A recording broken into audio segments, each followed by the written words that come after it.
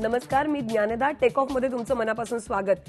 आपण take off मध्ये दरवेळेला वेगवेगळ्या विषयांवर चर्चा करत असतो, पण 27 फेब्रुवारीला एमपीएससीचे इंटरव्ह्यूज आहेत आणि मे मध्ये आहे परीक्षा. त्यामुळे आजचा आपला विषय आहे एमपीएससीच्या तयारीबद्दल.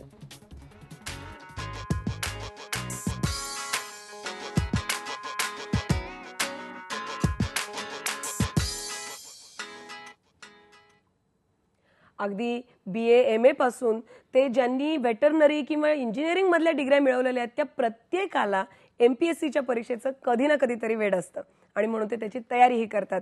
आपण ह्या तयारीबद्दल आणि या परीक्षेत कसं यश मिळवायचं याचा अभ्यास कसा करायचा याबद्दल बघूयात एक रिपोर्ट.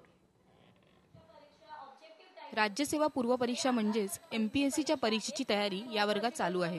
कुर्डुवाडीची ही सुनीता मुंबईत खास स्टडी सर्कलसाठी आली आहे. राज्यस्तरीय स्पर्धा परीक्षेत यश मिळवून तिला प्रशासनात अधिकारी बनायचे. माझं गाव आहे सांगली. सांगलीमध्ये पूर्ण स्वच्छता अभियान किंवा हागणदारी मुक्त गाव अशा प्रकारे अनेक प्रकारचे पारितोषिक मिळालेत, कारण की गट विकास अधिकाऱ्याने ते प्रयत्न केल्यामुळे त्या गावापर्यंत सुखसोयी सगळ्या पोहोचू शकल्या, त्या गावाचा विकास होऊ शकला. ज्या गावामध्ये अजिबात विकास झाला नाहीये त्या गावात जाऊन मला तिथला विकास घडवून आणायचा. एमपीएससीच्या परीक्षा या महाराष्ट्रात पब्लिक सर्व्हिस कमिशन मधील पदांसाठी होतात. या परीक्षेतून राज्य पातळीवर क्लास 1 आणि क्लास 2 अधिकाऱ्यांची निवड होते. म्हणजे सुनीता सुद्धा ही परीक्षा देऊन गटविकास अधिकारी होऊ शकते. कोणत्याही शाखेचा पदवीधर या परीक्षेला बसू शकतो. पूर्व परीक्षा, मुख्य परीक्षा आणि इंटरव्ह्यू. पूर्व परीक्षा ही वस्तुनिष्ठ बहुपर्यायी स्वरूपाची असते. मुख्य परीक्षा ही पूर्णपणे डिस्क्रिप्टिव्ह असते आणि इंटरव्ह्यू असतो. पूर्व परीक्षा 200 मार्कांची असते. त्याच्यामध्ये ह्या वर्षीपासून एमपीएससीने नेगेटिव्ह मार्किंग इंट्रोड्यूस केली आहे, जी 0.25% आहे. लेखी परीक्षेबरोबरच इंटरव्ह्यूसाठीही 100 गुण असतात.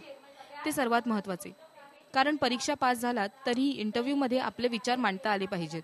मे 2009 एमपीएससी परीक्षा ही 166 पदांसाठी होणार आहे. त्यामुळे जर तुम्हाला यावर्षी परीक्षेला बसायचे असेल तर लगेच तयारीला लागा. व्हिडिओ जर्नलिस्ट प्रदीप भणगेसह प्रीती खान, IBN लोकमत, मुंबई.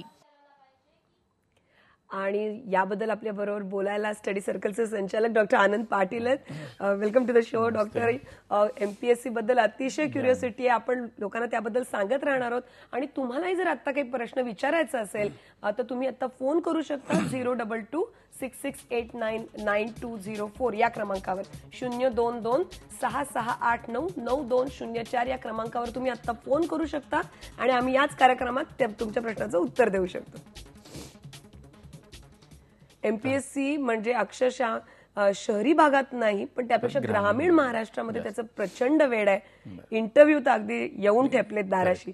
शेवटच्या क्षणी काही तुम्ही टिप्स द्याल का त्यांना? साधारण यावर्षी पहिल्यांदाच अशी 200 मार्काची राज्यसेवा मुख्य परीक्षा, म्हणजे आपण 100 मार्काची होती ती 200 गुणांची झालेली आहे. आणि 1600 मार्क मुलाखतीच्या अगोदर जी काही मुख्य परीक्षा झाली त्यासाठी होते.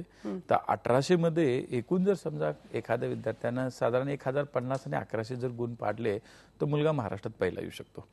त्यामुळं आता जे काही निकाल लागला त्यात 1600 पैकी ज्यांना 847 पेक्षा जास्त गुण मिळालेत, 1600 पैकी 847 पेक्षा जास्त. आणि विशेष म्हणजे ओबीसी मध्ये जी स्पोर्ट्स कॅटेगरी आहे त्याच्यातलं पासिंग पर्सेंटेज अगदी आपल्या महाविद्यालयीन पातळीवरती जसं आहे तर 40% आहे. तिथं 442 पडलेल्यांना बोलवलेलं आहे मुलाखतीला.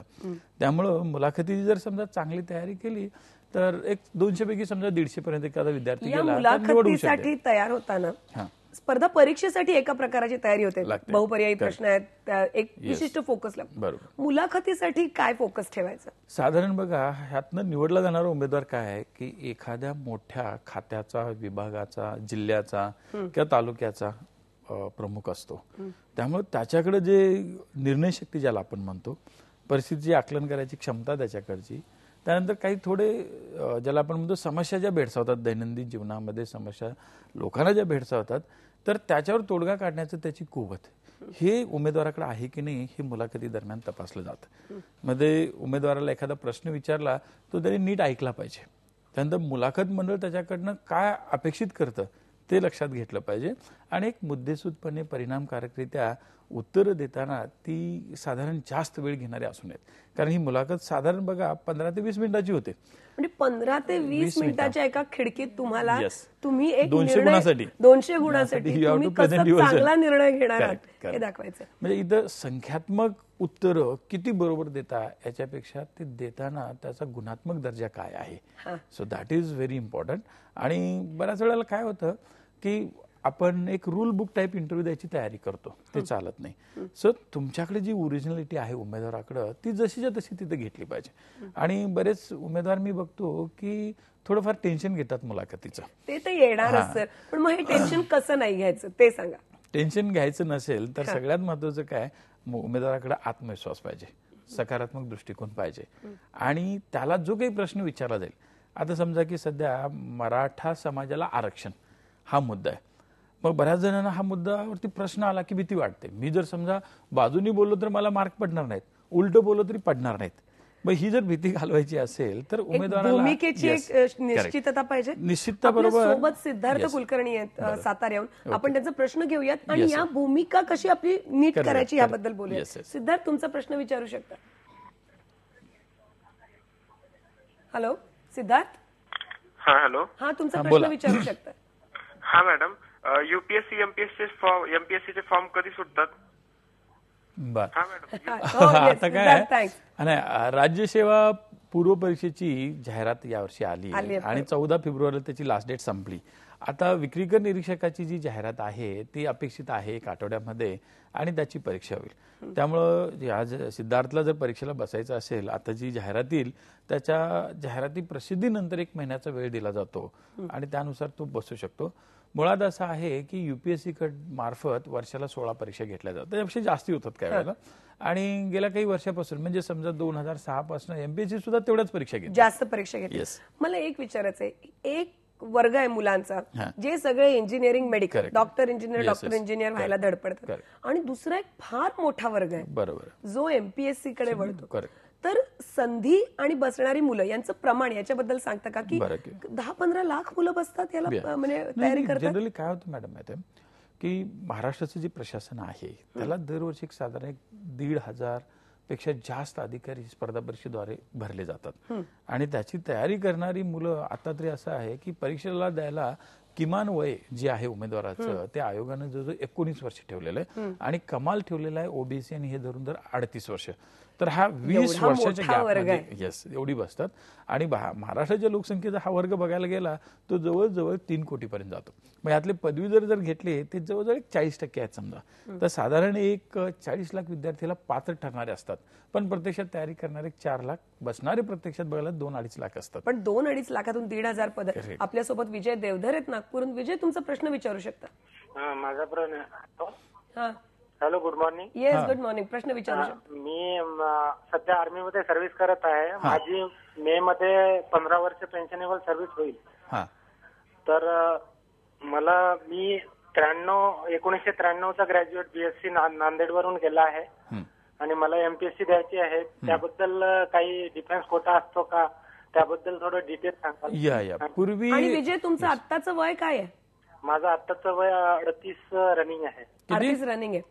38.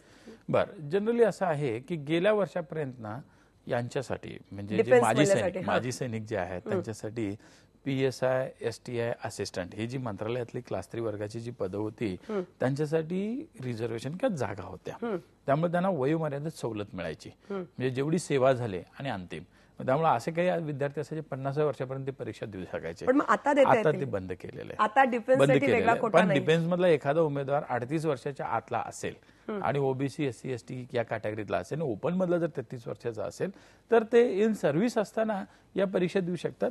आणि जर निवड झाली तर तिथं राजीनाम्यातून इकडे त्यांना इकडे येऊ शकतात. परंतु आता त्यांना तसा कोटा वेगळा गेल्या वर्षापासून त्यांनी ह्या पदांचं अपग्रेडेशन केल्यामुळे तो रद्द झालेला आहे. पण त्यांना क्लास 3 साठी मिळू शकतं. ही अत्यंत मोलाची माहिती. आपल्या सोबत राहुल आहेत. राहुल, तुमचा प्रश्न विचारता. Hello sir. राहुल, प्रश्न विचारू शकता. Hello, good morning sir. Good morning. प्रश्न विचार. सर, मी 12वी सायन्सला आहो. मला एमपीएससी मध्ये काय स्कोप आहे पुढे? बरं. आता 12वी सायन्सला तुम्ही आहात म्हटल्यानंतर साधारण बघा की तुमचं वय 17 किंवा 16 पर्यंत असेल. आता तुम्ही ग्रॅज्युएशन करायला 3 वर्ष लागणार.